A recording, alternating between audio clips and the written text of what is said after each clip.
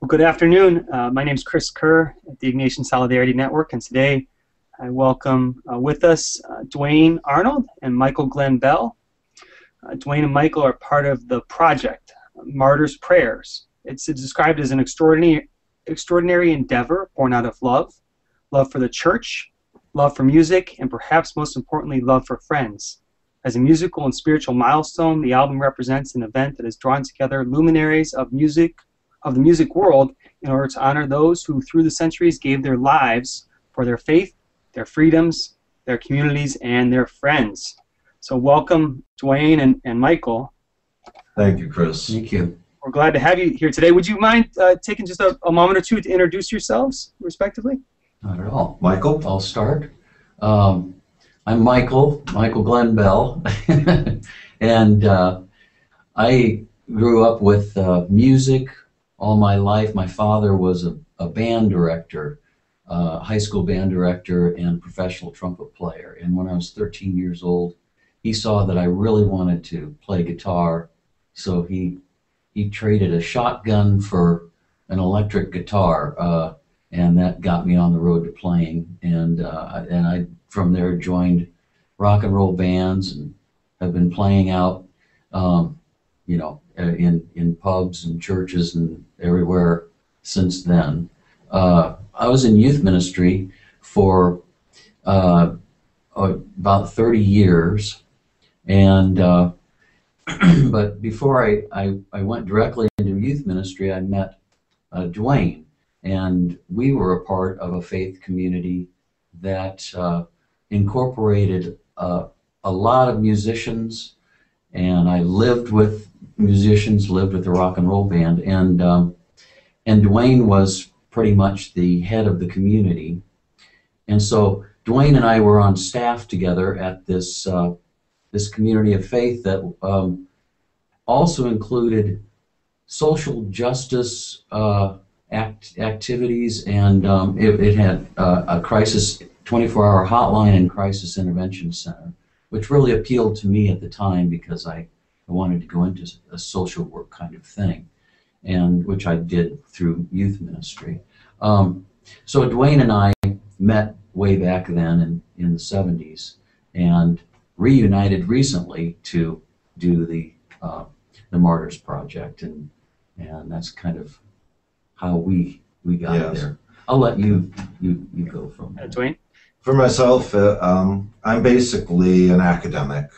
Most of my life has been spent in one sort of academia or the other, either getting degrees, teaching, dealing with other people getting degrees, and that's pretty much been my road. I've done quite a bit of writing.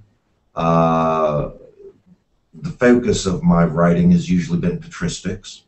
Book on Athanasius that Notre Dame published, and things of that sort. But I came to the Martyrs. I don't want to make it sound prosaic, but after I'd finished my PhD, I was having trouble keeping my language skills up in translating. And I suddenly realized if I didn't keep my translation skills up, they were going to be gone. So I decided that I wanted to look at something in numerous languages that I could translate into blank prose, and I chose Prayers of the Martyrs and started translating. It so happened that I mentioned it to one of my editors who was with HarperCollins, and he said, well, I'd like to take a look at it. And as a result, ended up publishing a book, Prayers of the Martyrs, that Madeline Langle wrote the foreword for, who'd become a good friend in New York. Mm-hmm. Mm-hmm. So that's sort of my background. Thanks. Could you guys tell us a little bit about the Martyrs, this project, and as you tell us about, can you also speak to why you intentionally chose to focus on Archbishop Romero as a part of it? Michael, why don't you start? Sure. When Duane and I, a couple of years ago, reunited after 30 years of pretty much being apart, Duane asked me what I'm doing with my music. And I was playing every week, either in church or in campus ministry or somewhere, or in open mic nights. And I said, well, I'm doing pretty good, but I don't do very good at lyrics. I can write, instrumental compositions real well, but I don't do real well with lyrics. He said, well, I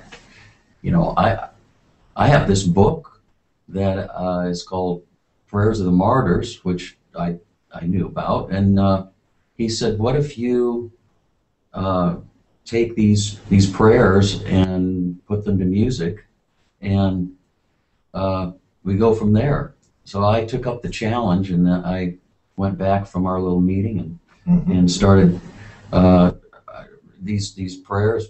Just the music started coming to me with these prayers, and I wrote about 27 prayers from the book to music, and then we kind of recorded them in my garage band, and I'd send music files to Duane, and then we picked 10 of those out of that to do a CD with. Romero really kind of came to the top because of our kind of passion for social justice, and also for the relevance of it today, and so many people. Romero ignites a real passion in so many people, especially in Central America, but also here and all over the place. And so we kind of picked up on that and went with Romero as a real focus, And for several other reasons. yes, I think I'd have to give some acknowledgement to my wife, Janet. My wife, Janet, was vice president of a Jesuit institution for a number of years, Brebeuf Jesuit preparatory school here in Indianapolis. And she went to El Salvador, experienced it, went to Mazetta, spoke to the lone survivor of the massacre,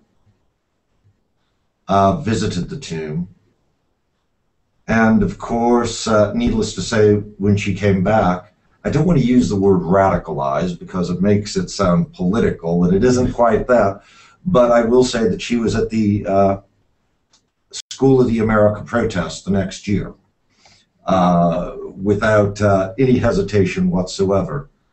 And I had known Romero academically, of course, by translating what I did for the prayer, which actually came out of an interview with a Brazilian journalist.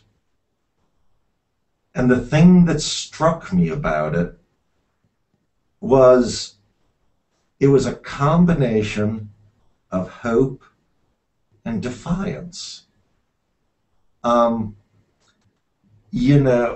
He says, they may kill me, I just wish they wouldn't waste their time. It's not going to change anything, killing me. Mm-hmm. I'll rise again in the people of El Salvador. And there is something about that that speaks to what martyrdom is about. It's submission, it's defiance, it's witness. And maybe that's the truest part of what witness is it's speaking to the culture of our day in love, but also speaking to the culture of our day with some degree of defiance as well. Can you speak a little bit more to the actual writing of the lyrics? And I mean, clearly, Duane, that the experience of your wife, and many people have been so moved by their time in El Salvador, whether for short visits or lengthy stays, in their interactions with the people, visits to the sites of the martyrs. But can you speak to how some of the lyrics, just how they came about, or they're very powerful, they're very challenging, they're deep. Can you talk a little bit about them? Well, I think one of the things that struck me about it, and probably why I was drawn to this particular interview, is my background in patristics. Mm-hmm. The blood of the martyrs is the seed of the church, Tertullian. And suddenly I'm looking at this interview, and Romero says, "Let my blood be a seed of freedom." And it all of a sudden, it was there. It just clicked, and I said, this is the key to it. Mm. And then as I went on with it, and he begins by saying, martyrdom is a grace of God that I don't think I deserve. He recognizes martyrdom is a grace of God, a special gift. It is something unique to be that kind of a witness. But if God accepts the sacrifice of my life, let my blood bring liberty. Let my blood bring freedom. And then to go on to say, you may ask me to pardon and bless those who will kill me. I'm willing to do it. I just wish they wouldn't waste their time. Mm-hmm. But what a remarkable thing. And I felt it was so emblematic of the man from people that I know who knew him. Sure. One of our good friends who's in California, who has a blog that's promoting the canonization of Archbishop Romero, was actually confessed by Romero himself when he was a child. And he remembers him, and he said the force of his personality was incredible. It was this very gentle, kind, loving man, but there was a rod of iron in his spine. He knew who he was about. He knew what he was about. Mm-hmm. Now, it was easy for me to put those words to music that Duane translated from this interview, because Duane, throughout the whole book, Prayers of the Martyrs, he translated these into prose. Yeah, blank prose. Blank prose. And so they were already in a form lyrically that I could easily put a rhythm, meter, music to. So Sure. so that's how it kind of came together. I put the music to his scholarly and poetic work. Is pretty much, I think the other thing that struck us about Romero were choices. He made choices. Mm-hmm.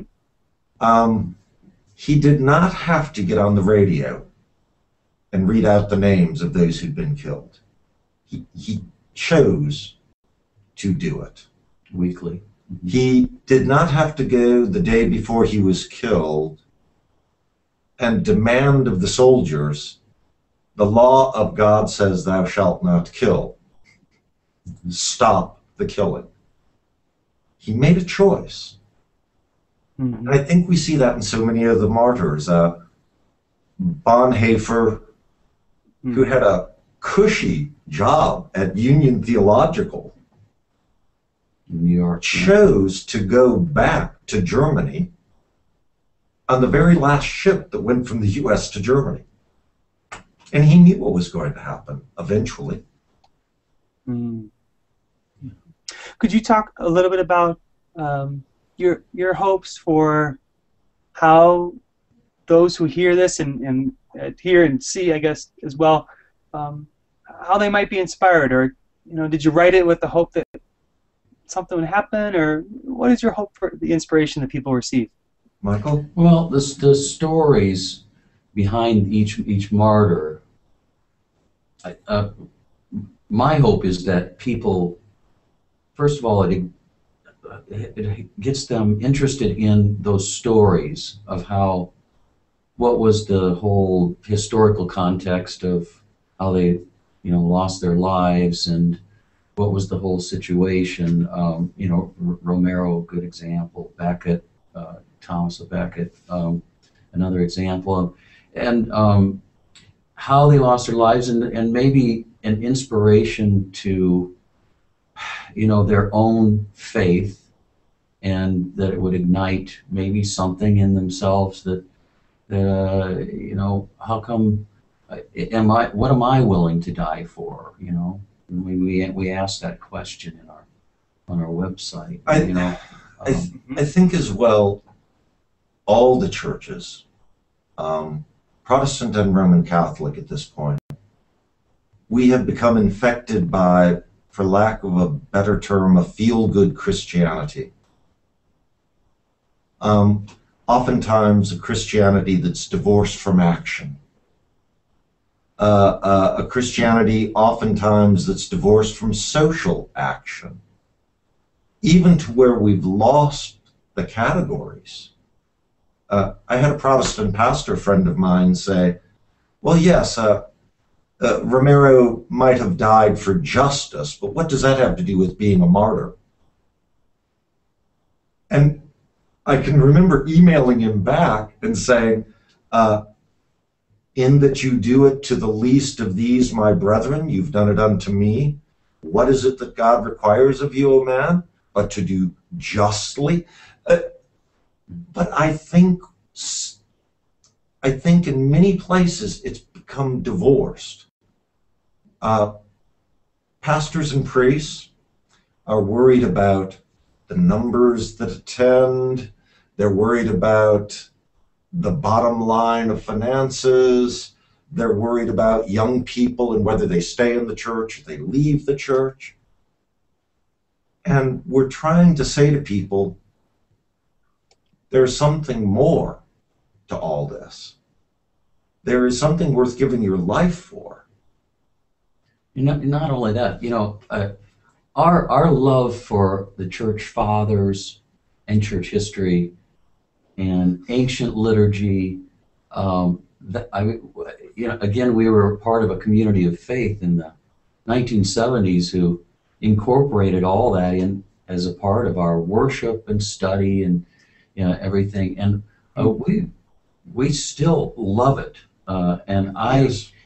So what this did for me was it brought back that passion and love for the early church, for the church in general, and for I guess the whole study of patristics and martyrs and ancient liturgy, the beauty that's there in the devotion, and so that is all weaved into the music, and that's all a part of it, and the stories of the martyrs. It's been a great journey. So for me, it's a returning for me of really the basics in my faith. Brings me back to the beginning of my love for not just the church, but for Christ, for that passion in my faith, and which out of that comes peace and justice work. That just naturally comes out of it. For me, it's about radical Christianity. It's in the truest sense of the word radical, to the roots.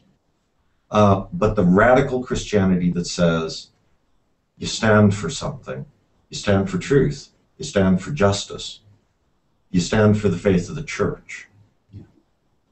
There's a Protestant theologian, Gordon Conwell, who has been estimating the number of Christians who are killed each year for their faith.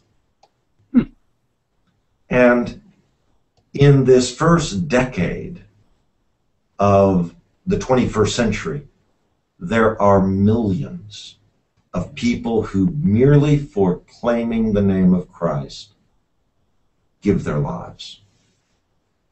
It's an amazing thing, and I think it's something that needs to be brought out again to people. Sure. Sure. Before we started the interview, we were discussing the potential canonization of Archbishop Romero. Do you guys have any thoughts on that you'd like to share? It's the last couple of weeks has just been Michael and I found the press conference of the Holy Father in which he describes how he chose his name. If you have not seen it, you must. Mm-hmm. No, it's excellent. Yeah. But when you see it, and he comes out and he says, "A church that is poor, excuse me, and for the poor." Yes. And Michael and I looked at each other, and we both had tears in our eyes. It was, this is the church. Yeah. Mm-hmm. I believe that, as he said to, as the Holy Father said to the First Lady of Argentina, when she saw her little Romero lapel button, the canonization will happen soon. Mm. And yeah, we're very hopeful. We're very excited. And, yeah. Me too. Yesterday was the anniversary of Romero's assassination, and we had all kinds of attention on our Romero video and our website. Great. About that anniversary. It's been pretty exciting the last couple. I think of weeks. The thing that's been very exciting is we have a link on our website to download a free PDF file with the lyrics and the guitar chords of the song Romero. To see about 80 people did that over the last couple days, meaning they're going to be singing this in the church.